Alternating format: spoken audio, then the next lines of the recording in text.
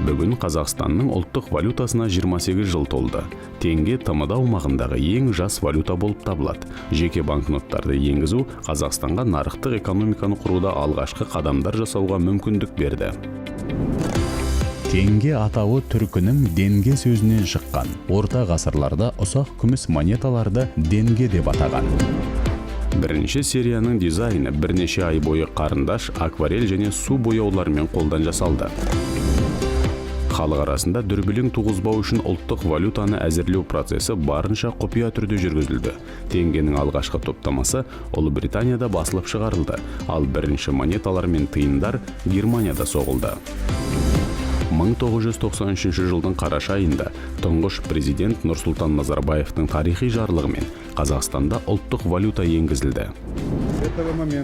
Осы сәттен бастап тәуелсіз Қазақстан мемлекетінің қалыптасуы мен дамуының жаңа кезеңі басталды. Мұндай оқиғалар әр елдің тарихында бір рет болады. 2 жылдан кейін елімізде банкнот фабрикасы ашылды.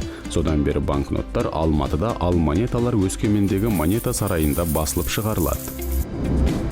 Ұлттық валютаның 28 жылдық тарихында ең үздік қорғаныс элементтері қолданыла отырып, банкноттардың бірнеше дизайны шығарылды. Теңгеде ең жиі бейнеленген тарихи кейіпкер орта ғасырлардағы шығыс философы Әбу Насыр Әл-Фараби болса, ең жиі бейнеленген нысан Түркістандағы Қожа Ахмет Яссауи кесенесі болған. 2007 жылы теңгенің жаңа символы бекітілді. Қазақстанның монеталар мен банкноттары халықаралық нумизматтар байқауларында алдыңғы орындардан көрінуде.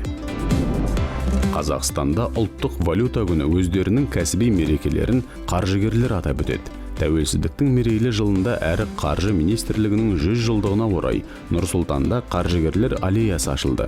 Осылайша қаржы министрлігі ғимараты жанында 100 көшет отырғызылды. Ұлттық валютаның енгізілуі тәуелсіз экономикалық және ақша несие саясатын жүргізуге мүмкіндік берді. Бүгінде теңге төл тәуелсіздігіміздің басты символдарының біріне айналды. Тәуелсіздіктің 30 жылдығын атап өтуге қатысты барлық шаралармен 30 жыл KZ сайтында таныс бола аласыздар.